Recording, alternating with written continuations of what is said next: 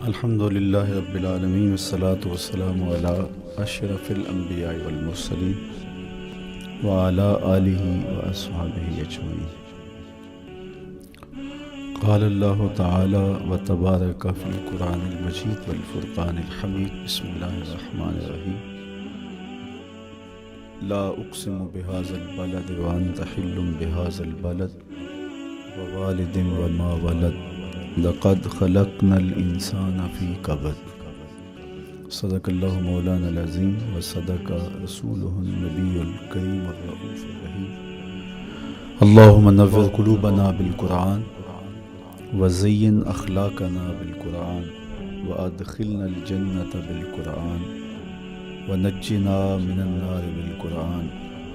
قال اللہ تعالی وتبارک فی شان حبیبہ مخبرا وآمرا ان اللہ وملائکتہ یصلون علی النبی یا ایہا الذین آمنوا صلوا علیہ وسلموا تسلیما۔ اللہم صل علی سیدنا ومولانا محمد معدن الجود والکرم صلاۃ وسلاما علیک یا سیدی یا رسول اللہ۔ میں نے آپ کے سامنے کوئی تھی، آسماں بھی جھک کے ملتے تھے، تو اس وادی میں چھوڑ کے آنا۔ حضرت ابراہیم نے جو امتحانات دیے، اس لیے ان کی قسم کی، چونکہ جواب قسم کا تعلق بنتا ہے تو قسم ابراہیم کے پاکیزہ وجود کی کہ جنہوں نے دکھ سہے، تکالیف آلام گوارا کی، لیکن پائے ثبات میں لغزش نہیں آنے دی۔ تیسری قسم میرے حضور کے پاکیزہ وجود کی فرمایا جتنے دکھ مجھے دیے گئے، جتنی اذیتیں مجھے پہنچائی گئیں، اتنی کسی کو نہیں دی گئیں۔ پیدا ہوئے تو حضور کے باپ کا سایہ سر پہ نہیں تھا، پھر اس کے بعد حضور مختلف مراحل سے گزرے۔ 6 سال کی عمر میں ماں کا انتقال ہو گیا۔ جب راہ حق میں لوگوں کو دعوت رشد و ہدایت دینے نکلے تو جو لوگوں کے رویے تھے اور جو اذیتیں لوگوں نے پہنچائیں وہ ایک الگ باب ہے۔ مکے کی گلیوں سے لے کے طائف کے بازاروں تک جن اذیتوں سے میرے حضور گزرے، ام المومنین سیدہ عائشہ رضی اللہ تعالیٰ عنہ فرماتی ہیں ایک دن حضور کی بارگاہ میں حاضری تھی تو ہم نے عرض کیا حضور کیا احد کے دن سے سخت دن بھی زندگی میں کبھی گزرا ہے؟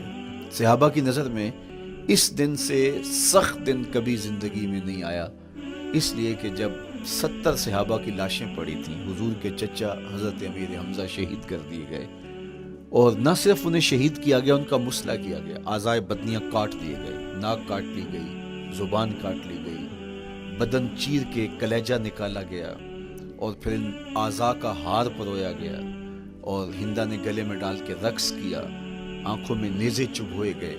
تو یہ دردناک دن تھا۔ تو حضور کے سر انور پہ سفید رنگ کی پٹی بندھی تھی اور چشمان رحمت میں آنسو تھے، اور بار بار فرماتے تھے ما فعل امی، میرے چچا کی کہانی سناؤ۔ تو یہ دردناک دن تھا جو صحابہ نے اپنی آنکھوں سے دیکھا۔ تو انہوں نے کہا حضور کیا احد کے دن سے سخت دن بھی کبھی زندگی میں آیا؟ ان کا خیال تھا کہ حضور فرمائیں گے ہاں یہ میرا زندگی کا مشکل ترین اور سخت ترین دن تھا، لیکن حضور نے فرمایا ہاں عائشہ، جب طائف کے بازاروں میں تیری قوم نے مجھے پتھر مارے تو یہ دن احد کے دن سے بھی سخت تھا۔ حضور ان کے 3 سرداروں کے پاس پیغام حق لے کے گئے، لیکن انہوں نے آگے سے جو رویہ اختیار کیا وہ اتنا اذیت ناک تھا۔ حضور نے فرمایا کہ ٹھیک ہے، میں تمہاری خیر خواہی کا جذبہ لے کے تمہارے تک پہنچا ہوں، تم نے میری دعوت کو قبول نہیں کیا، تمہاری مرضی، تمہارا مقصود، چلو اب یہ بات میرے اور تمہارے درمیان رہنی چاہیے، اس بات کو راز رہنا چاہیے۔ اہل مکہ تک یہ بات نہ پہنچی۔ انہوں نے کہا ہم کیوں راز رکھیں، بلکہ اوباشوں کے ہاتھ میں پتھر دے دیے، اور حضور جب واپس ہونے لگے تو وہ حضور کے پاؤں پہ سنگزنی کرتے۔ حضور اپنا ایک پاؤں اٹھاتے تو دوسرے پاؤں پہ مارتے۔ شدت درد اور احساس کرب سے حضور بیٹھ جاتے تو ان کے غنڈے دائیں بائیں سے بڑھتے اور کندھوں سے پکڑ کے حضور کو اٹھاتے اور مشق سنگزنی کرتے۔ نالین خون سے بھر گئے، لخت لخت زخمی ہوا۔ اللہ اکبر، کیا دردناک لمحے تھے، کیا تکلیف بھری گھڑیاں تھیں۔ تو کہا کہ جب طائف کے بازاروں میں تیری قوم نے مجھے پتھر مارے تو یہ دن احد کے دن سے بھی سخت تھا۔ اور پھر حضور نے جو کہا سنیے، اللہم اہد قومی فإنہم لا یعقلون، اے اللہ میری قوم کو ہدایت دے دے، یہ مجھے جانتے نہیں، اگر جانتے تو ان کا میرے ساتھ یہ رویہ نہ ہوتا۔ تو پتھروں کے جواب میں دعائیں دینا پیغمبروں کا حوصلہ ہوتا ہے۔ اللہ اکبر۔ مورخ اسلام فی جلندری نے کیا خوبصورت پیرائے میں نقشہ کھینچا کہ حضور ہاتھ اٹھا کے دعا مانگ رہے ہیں، الہی کرم کر کو سارے طائف کے مکینوں پر، الہی پھول برسا ان پتھروں والی زمینوں پر۔ تو حضور نے دکھ سہے، تکلیفیں سہی، اب 3 قسمیں کی۔ شہر مکہ کی قسم، جہاں حضور کے صحابہ نے تکلیفیں سہی، اس شہر کی گلیوں میں انہیں گھسیٹا گیا اور ان کو کچی کھالوں میں لپیٹ کے دھونیاں دی گئیں، انہیں اذیت ناک مراحل سے گزارا گیا۔ حضرت ابراہیم مشکل سے مشکل زندگی کاٹی اور رب کی رضا جوئی کے لیے کوشاں رہے، اور میرے حضور نے سخت ترین اذیتوں، مقاومتوں، مخالفتوں اور تکلیفوں کا سامنا کیا۔ تو ان 3 چیزوں کا حوالہ دے کر، ان 3 چیزوں کی قسم کر کے اب انسان کو بتایا جا رہا ہے کہ تم مشکلات سے تمہیں گزرنا پڑے گا، حالات کی تلخیاں تمہیں سہنی پڑیں گی، کسی مرتبے تک پہنچنے کے لیے تمہیں پھر تکلیفوں کی راہ اختیار کرنی پڑے گی۔ تم کون ہوتے ہو؟ میرا محبوب ہو تو تکلیفیں وہ بھی اٹھائے، 2 جہاں کا مالک ہو اور طائف کے بازاروں میں اس کے پاؤں پہ بھی پتھر پڑیں، اور کونین کا سردار ہو اور ان کے اوپر اوجری ڈال دی جائے، کائنات کا مالک ہو اور ان کو مکے کی گلیوں کے اندر ان کے گلے میں عقبہ بن نبی معیط کپڑا ڈالے اور تاؤ دے، تو کیا ان مشکلات سے تم بچ سکتے ہو؟ جب تم کسی منزل تک پہنچنا چاہتے ہو تو پھر یہ حوالے ماضی کے دیکھ لو، 3 قسمیں کر کے اس حقیقت کو بیان کیا۔ ابراہیم علیہ السلام کے وجود کو دیکھ لو، حضرت مصطفیٰ کریم علیہ السلام کی ذات ستودہ صفات کو دیکھ لو، اور مکے کی گلیوں میں صحابہ کے ساتھ جو ظلم اور جبر ہوئے اور انہوں نے جو مصیبتیں اور مشقتیں کاٹی وہ ساری دیکھ لو۔ تو 3 قسمیں کھا کر کے کہا کہ بے شک انسان مشقتوں میں رہتا پیدا کیا گیا ہے۔ اس لیے قافلہ انسانی کے وہ افراد جو کسی منزل کے متلاشی ہوتے ہیں، جو جستجو کی زندگی بسر کر رہے ہوتے ہیں، ان کو پھر مشکلات سے گزرنا پڑتا ہے اور حالات کی تلخیاں ان کو گوارا کرنا پڑتا ہے، کشاکش حیات سے ان کو ٹکرانا پڑتا ہے، اور ان کو آگے بڑھنے کے لیے ان کو تکلیفوں سے گزر کر کے، جان گسل مراحل سے گزر کر کے پھر منزل کی طرف عازم سفر ہونا پڑتا ہے۔ کیا میں نے اس خاکدان سے کنارہ، جہاں رزق کا نام ہے آب و دانا، پلٹنا جھپٹنا جھپٹ کر پلٹنا، لہو گرم رکھنے کا ہے ایک بہانہ، پرندوں کی دنیا کا درویش ہوں میں کہ شاہی بناتا نہیں آشیانہ۔ تو زندگی مشکل مراحل سے گزر جانے کا نام ہے۔ اقبال نے کہا تھا ہے شباب اپنے لہو کی آگ میں جلنے کا نام۔ یہ زندگی آسان نہیں ہے، یہ حالات کی تلخیوں کا مقابلہ کرنے کا نام ہے، یہ ضبط نفس کا نام ہے، یہ اپنے من کی تربیت کا نام ہے۔ حضرت امام راضی سایت کریمہ کے تحت لکھتے ہیں کہ جب بچہ شکم مادر میں ہوتا ہے تو وہ 3 پردوں میں ہوتا ہے، ایک جھلی کا پردہ، ایک رحم مادر کا پردہ اور ایک پیٹ کا پردہ۔ تو 3 پردوں میں وہ بیچارہ بڑی عجیب سی حالت میں ہوتا ہے۔ یہ اس کا پہلا مرحلہ ہے تخلیق کے بعد، اس کے بعد پیدائش کا دوسرا مرحلہ ہے، یہ زچہ بچہ دونوں کے لیے موت و حیات کے مرحلے ہوتے ہیں۔ اس کے بعد وہ پیدا ہوا، اس دنیا پہ آیا تو اس کی مشکل کیا ہے؟ زبان ہے، بولنا نہیں جانتا، دیکھتا ہے پہچان نہیں سکتا، سنتا ہے سمجھ نہیں سکتا، ہاتھ ہیں پکڑ نہیں سکتا، ٹانگیں ہیں چل نہیں سکتا۔ کتنی مشکل بن گئی، یہ سب کچھ چیزیں ہونے کے باوجود بھی وہ بے بس دکھائی دیتا ہے، اس کو دودھ مانگنے کے لیے بھی رونا پڑتا ہے۔ تو یہ ایک مرحلہ تھا۔ پھر آہستہ آہستہ اس نے بولنا سیکھا، ایک ایک حرف کر کے، لفظ لفظ جوڑ کے وہ جملے مکمل کرتا رہا۔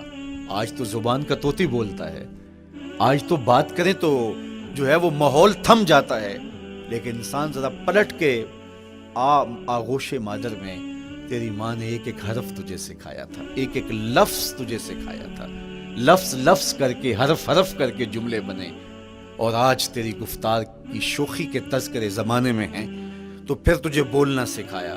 تو چل نہیں سکتا تھا، آج تیری جو ہے وہ جولانیاں دیکھنے والی ہیں، تیری رفتار کو کوئی چھو نہیں سکتا ہے، تیری آنکھوں کی بجلیاں آج عقابوں سے بڑھ کر ہیں، آج تیرے کانوں کے اندر نغموں کا جہاں آباد ہے، آج تیرے ہاتھوں کی گرفت کہ آگے شیر غراں بھی ہو تو وہ بھی بے بس ہو جاتا ہے، لیکن دیکھ تو کتنا مجبور تھا۔ اچھا چلو وہاں سے آگے آئے، پھر زندگی کو سیکھنا پڑتا ہے، آداب سیکھنے پڑتے ہیں، کس سے کیا بات کرنی ہے سیکھنا پڑتا ہے، آگے بڑھے، جوانی کی دہلیز پہ پہنچے۔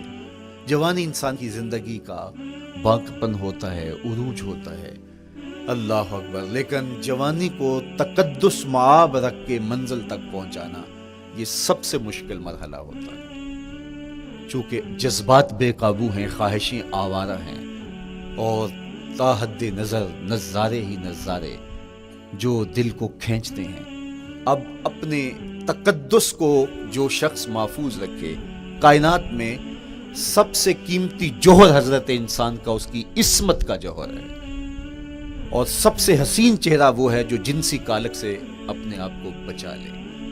تو جوانی ہو، باقپن ہو، اور پھر اپنی خواہشات کو بے قابو نہ ہونے دیا جائے، سب سے مشکل مرحلہ پوری زندگی میں یہ آتا ہے۔ کسی نے کہا تھا کتاب زیست کا ایک اور باب بیت گیا، شباب بیت گیا، ایک عذاب بیت گیا۔ تو شباب کا ختم ہونا اور اس کو خیریت سے منزل تک پہنچنا، یہ کتنا بڑا مشکل مرحلہ ہوتا ہے، جس کا جوانی میں باطن کا چہرہ مسخ ہو جاتا ہے اور جنسی کالک سے جو چہرہ آلودہ ہو جاتا ہے، اس کا عفت کا دامن داغدار ہو جاتا ہے۔ تو اس لیے وہ چہرہ تاباں ہے، وہ چہرہ روشن ہے، وہ چہرہ منور ہے جو اپنے آپ کو کالک نہیں لگنے دیتا اور اپنی عصمت کی حفاظت کرتا ہے۔ میرے حضور نے بھی ارشاد فرمایا، سبعۃ یظلھم اللہ تعالی فی ظلہ یوم لا ظل الا ظلہ۔ 7 اشخاص ایسے ہیں قیامت کے دن جب کوئی سایہ نہیں ہوگا، اللہ ان کو اپنے عرش کا سایہ عطا کرے گا۔ ان میں سے پہلا شخص امام عادل حکمران، دوسرا شخص وشاب نشأ فی عبادت اللہ، وہ جوان جس کی جوانی اللہ کی عبادت میں بسر ہوئی۔ تیسرا وہ شخص ورجل قلبہ معلق بالمساجد، وہ شخص جس کا دل مسجد میں لگتا ہے، مسجد میں جمتا ہے۔ اور چوتھا شخص ورجل دعتہ امرأۃ ذات منصب وجمال فقال انی اخاف اللہ، وہ شخص جس کو دعوت گناہ ملی اور حسن قدموں میں بچھنے کے لیے بےتاب ہوا، اور اس نے کیا کہا، انی اخاف اللہ، میں اللہ سے ڈرتا ہوں، میرا اللہ مجھے دیکھ رہا ہے۔ میرے حضور نے فرمایا قیامت کے دن جب کوئی سایہ نہیں ہوگا، اللہ اس کے اوپر اپنے عرش کا سایہ تان دے، جو اپنی عصمت کے جوہر کو بچا گیا۔ تو یہ ایک مشکل مرحلہ تھا، اپنی جوانی کے تقدس کی حفاظت کر کے کھڑا کرنا پڑے گا، اور یہی زندگی کا جمال ہے۔ تو اب پھر دیکھیے قرآن کیا کہہ رہا ہے، لا اقسم بهذا البلد وانت حل بهذا البلد ووالد وما ولد، 3 قسمیں کی۔ اس کے بعد ارشاد فرمایا لقد خلقنا الانسان فی کبد، ہم نے انسان کو مشکلوں میں، مصائب میں، آلام میں رہتا ہوا پیدا کیا۔ کہتے ہیں جب حضرت انسان کی تخلیق ہوئی تو اس کا خمیر جب گویا جا رہا تھا تو اس کے اوپر 39 دن تک آزمائشوں کی، دکھوں کی، تکلیفوں کی بارش ہوئی، اور ایک دن خوشیوں اور مسرتوں کا بھی برسا۔ تو انسان کی زندگی کے اندر حالات سے ٹکرانا اور دکھوں کو سہنا اور دکھوں سے مقابلہ کرنا، یہ سیکھنا پڑے گا، اور جب انسان اس کو عملی طور پر سیکھ جائے گا تو پھر زندگی کا جمال اور زندگی کا حسن نصیب ہوگا۔ دوسری بات، ہمیں اپنی زندگی میں 7 چیزوں کو اپنا اصول بنا لینا چاہیے، اور یہ 7 چیزیں وہ ہیں جو ہماری زندگی کو ایک خوبصورت سانچے میں ڈھال کر کے ہمیں ایک پاکیزہ اور ستھرا انسان بنا دیتی۔ پہلی چیز التمسک بکتاب اللہ، اللہ کی کتاب سے جڑ جانا، وابستہ ہو جانا۔ جب ہم کتاب اللہ سے وابستہ ہو جائیں تو پھر ہمارے باطن کی اور نفس کی تربیت ہوتی ہے، اور پھر ہم وہ مطلوب انسان بنتے ہیں جو ہمارا رب ہم سے تقاضا کرتا ہے۔ تو اس لیے ہمیں اپنی زندگی میں اس چیز کو لازم کر لینا چاہیے کہ ہمارا کوئی بھی دن قرآن مجید کی تلاوت کے بغیر نہ گزرے۔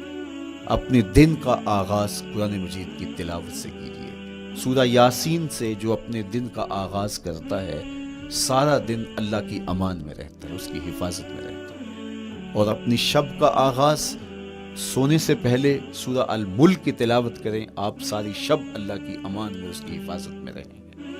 اور قرآن مجید کو سمجھ کر اس کے مفاہیم و مطالب کے ساتھ ایک رکوع کم از کم پوری زندگی اپنی زندگی کے نصاب میں آپ کتنا وقت مختلف امور کے لیے سر انجام دیتے ہیں. یہ کتاب انسانی ہدایت کے لیے، انسانی تربیت کے لیے اس سے کوئی اور بہتر اور مؤثر جو ہے وہ نصاب نہیں ہو سکتا ہے. انسان سازی کا بہترین ذریعہ ہے یہ کتاب، اور اس کتاب کے ذریعے سے جو ہے وہ انسان پستیوں سے اٹھ کے بلندیوں تک جا پہنچتا ہے. اقبال نے تو کہا کہ گر تمی خواہی مسلمان زیستن نیست ممکن جز بقرآن زیستن. اگر تو مسلمان بن کے جینا چاہتا ہے تو قرآن کے بغیر ایک قدم بھی نہیں چل سکتا. تو آگے چل کے اسی نظم میں کہا کہ فاش می گوئم آنکھ در دل مزمرست این کتابیں نیست چیزیں دیگرست. اگر میں کھل کے بیان کر دوں جو میرے سینے میں چھپا ہے تو میں تجھے بتا دوں کھل کے یہ کتاب نہیں، یہ کوئی اور ہی شے ہے.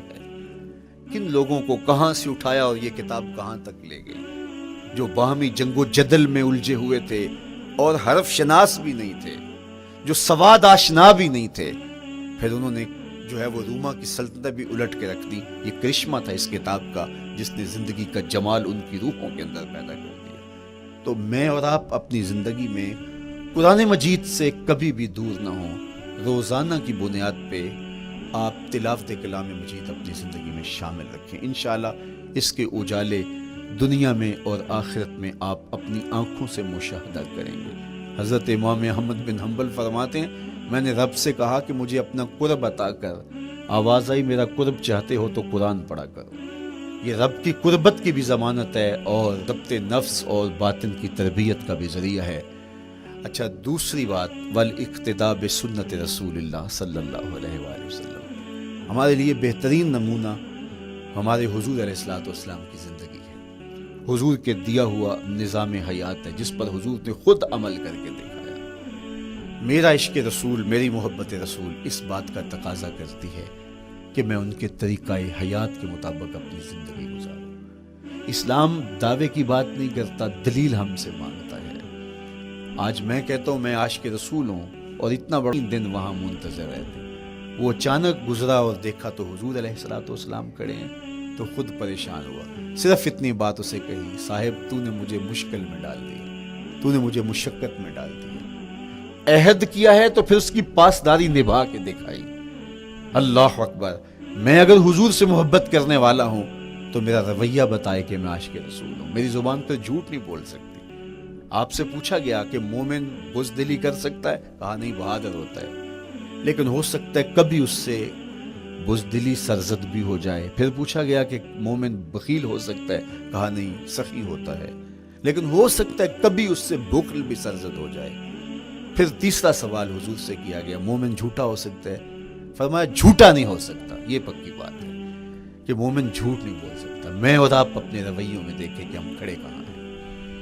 آج ہم ان جگہوں پہ بھی جھوٹ بولتے ہیں جہاں جھوٹ بولنا ہماری مجبوری بھی نہیں ہوتی، چونکہ یہ ہماری فطرت ثانیہ اور عادت بن چکا ہے اور ہم اس کو برا ہی نہیں سمجھتے. جبکہ جھوٹ جب کوئی شخص بولتا ہے، حدیث پاک میں آتا ہے اس کے منہ سے بدبو نکلتی ہے، رحمت کے فرشتے 1 میل دور ہٹ جاتے ہیں اس سے. اور سویر سے شام تک جب ہمارے معمولات یہ ہوں تو پھر ہم کہاں کھڑے ہیں اور رحمت کے فرشتے کہاں کھڑے ہیں؟ تو حضور علیہ الصلوۃ والسلام کی سنت کا اتباع حضور کی محبت کی دلیل ہوگی. امام قرطبی نے لکھا ہے اللہ کی محبت کا کوئی دعویٰ کرے تو کیا دلیل ہوگی کہ یہ واقعی محب الہی ہے؟ تو کہا اللہ سے محبت کا دعویٰ کرنے والے کے لیے دلیل یہ ہے کہ وہ قرآن سے پیار کرے. قرآن سے پیار اور قرآن سے محبت کی دلیل یہ ہے کہ حضور کا پیار سینے میں رکھے. حضور سے محبت کی دلیل یہ ہے کہ سنت رسول سے پیار کرنے والا ہو، اور سنت رسول سے پیار کرنے کی دلیل یہ ہے کہ بدعات سے اجتناب کرنے والا ہو. ہر وہ طریقہ جو میرے حضور نے نہیں دیا اس کو اختیار نہ کرے، اس طریقے کو اختیار کرے جو حضور علیہ الصلوۃ والسلام کا عطا کرتا. تیسری بات عقل الحلال. یہ وہ بنیادی اصول ہیں جو ہماری زندگیوں میں اتر جانے چاہیے اور ہم ایک صالح اور خوبصورت انسان بن کے اس معاشرے کا حصہ بن سکتے ہیں. عقل حلال زندگی میں شامل ہو تو زندگی کو جمال نصیب ہوتا ہے اور باطن اور ظاہر کو طمانینت نصیب ہوتی ہے.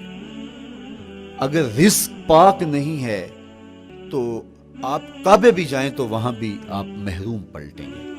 میرے حضور علیہ الصلوۃ والسلام نے فرمایا ایک بندہ لمبا سفر کر کے گیا، اشعث اغبر کے لفظ ہیں، اس کے بال بکھرے ہوئے ہیں، سفر کی گرد پڑی ہوئی ہے، اور لباس بھی پھٹا ہوا ہے، شکستہ حالت، پراگندہ صورت، اور کھڑا ہے کعبۃ اللہ کے سامنے، یمد یدیہ، دونوں ہاتھ لمبے کر کر کے دعا مانگ رہا ہے، اور کیا کہتا ہے؟ اے اللہ ومطعمہ حرام ومشربہ حرام وملبسہ حرام وغذی بالحرام، فرما اس کا کھانا حرام کا ہے، اس کا پینا حرام کا ہے، اس نے جو لباس پہنا وہ حرام کا ہے۔ میرے حضور فرماتے ہیں بتاؤ اس کی دعا کیسے قبول ہوگی؟ اب لمبا سفر کاٹ کے حرم کعبہ میں پہنچے، غلاف کو پکڑ پکڑ کے دعائیں کر رہا ہے، لمبے لمبے ہاتھ کر کے دعائیں مانگ رہا ہے، ملتزم سے لپٹا ہوا ہے، حتیم میں سجدہ ریز ہو کے رو رو کے دعائیں مانگ رہا ہے، لیکن دعا قبول نہیں ہوتی۔ کیوں؟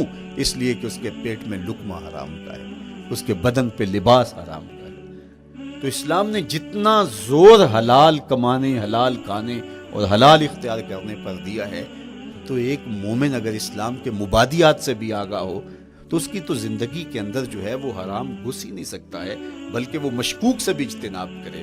چوتھی چیز، کف الاذی، اپنے آپ کو ایسا بناؤ کہ تمہارے وجود سے کسی کو ضرر اور تکلیف نہ پہنچے۔ ہمارا اسلام تو ہمیں یہ بتاتا ہے کہ تم پیاز یا لہسن کھا کے مسجد میں نہ جاؤ کہ تمہارے منہ سے جو سمیل آتی ہے اس سے کسی کو تکلیف نہ پہنچے۔ تو یہ اسلام کی دی ہوئی تعلیمات ہیں کہ مسجد میں بھی جانا ہے تو اپنے آپ کو دیکھو کہ تمہاری حالت کیا ہے، تمہاری وجہ سے کسی کو تکلیف نہ پہنچے، تمہارے رویے اتنے خوبصورت ہوں، تمہارے ہمسائے بتائیں کہ یہ واقعی مسلمان ہے۔ مسلمان کی تعریف کی گئی، المسلم من سلم المسلمون من لسانہ و یدہ، مسلمان کون ہے؟ جس کے ہاتھ سے، جس کی زبان سے دوسرا مسلمان بھائی محفوظ ہے، تو وہ مسلمان ہے۔ اللہ اکبر۔ ہم یہ جو کہتے ہیں السلام علیکم، اس کو کہتے ہیں تحیت المسلم، مسلمان کا تحیت۔ تو اس میں اس کے معنی پہ غور کریں تو ہم اس کو ضمانت دے رہے ہوتے ہیں، السلام علیکم، تیرے اوپر سلامتی ہو، تو ہم اپنی جانب سے اسے ضمانت دیتے ہیں، میرے بھائی میری طرف سے تیری عزت، تیری جان، تیری آبرو سلامت ہے، اب میری جانب سے تو پریشان نہیں ہونا، میں تجھے سلامتی کی ضمانت دیتا ہوں۔ اور وہ آگے سے کیا کہتا ہے؟ وعلیکم السلام، میرے بھائی پھر میری جانب سے بھی تیرا سب کچھ محفوظ ہے۔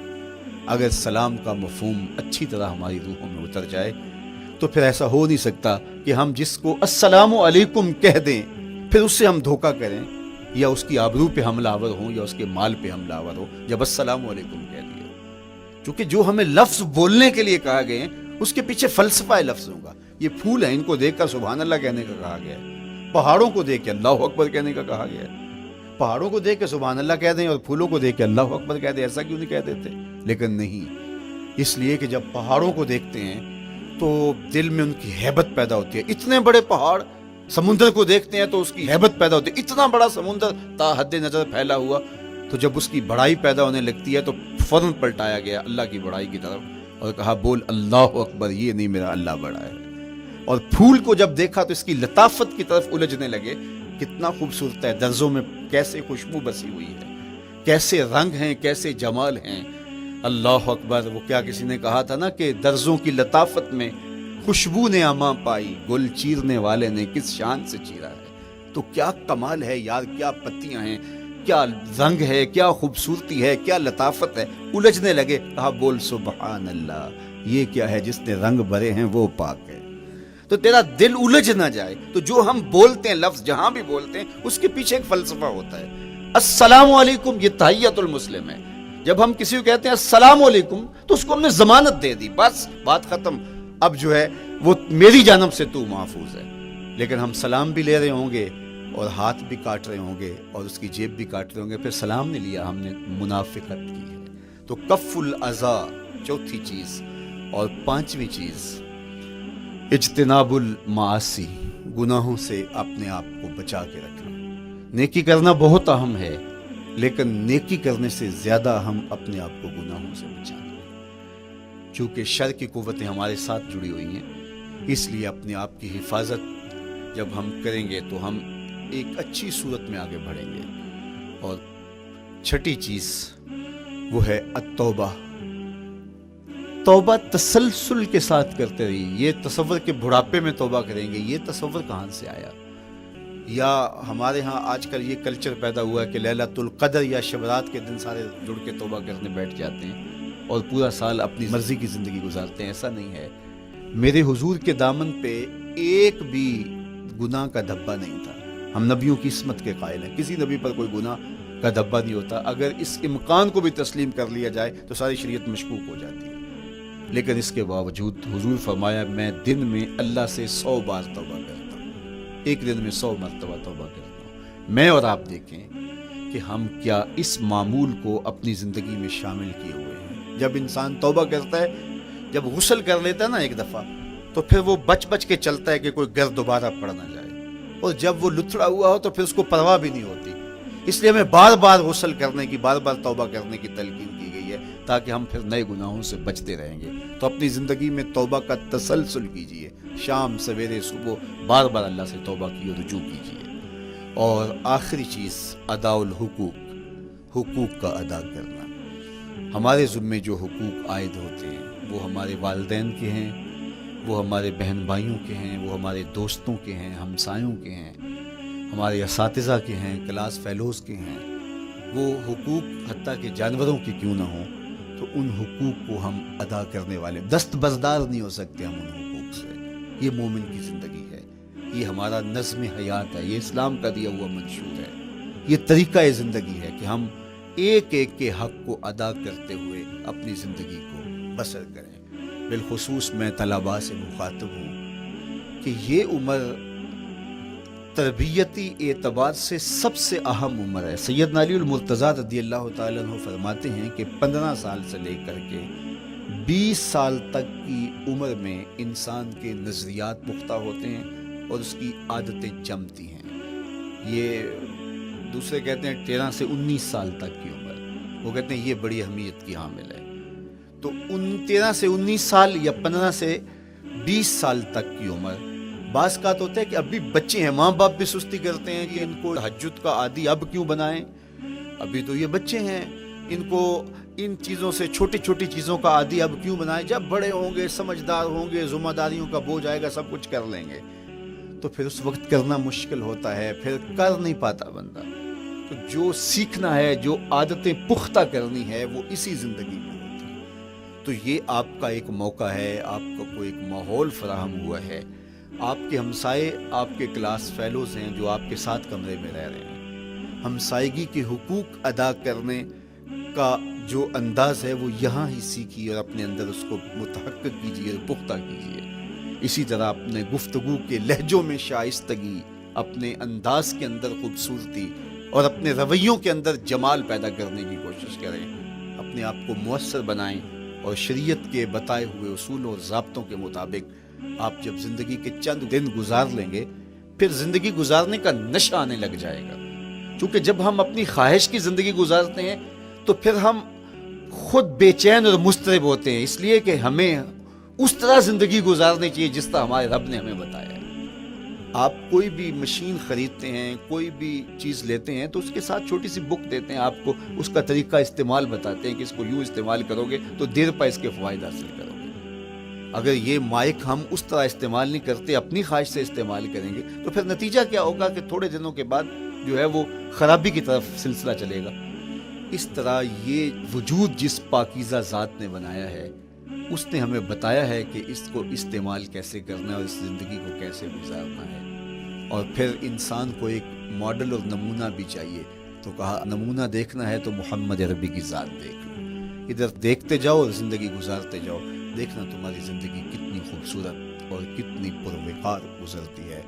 اللہ آپ کو دنیا آخرت کی برکتیں دے, اپنی پناہوں اور اپنی امان اور اپنی حفاظتوں کا حصار دے, اور آنے والا کل اللہ بہتر فرمائے, میرے وطن کی خیر کرے, میرے ملک کو امن کے اجالے دے, یہاں دہشت گردی کے سلگتے علاؤ ٹھنڈے کر کے امن کی بہاریں پیدا کر دے. کی محمد سے وفا تو نے تو ہم تیرے ہیں, یہ جہاں چیز ہے کیا لوہو قلم تیرے ہیں. وآخر دعوانا ان الحمد للہ.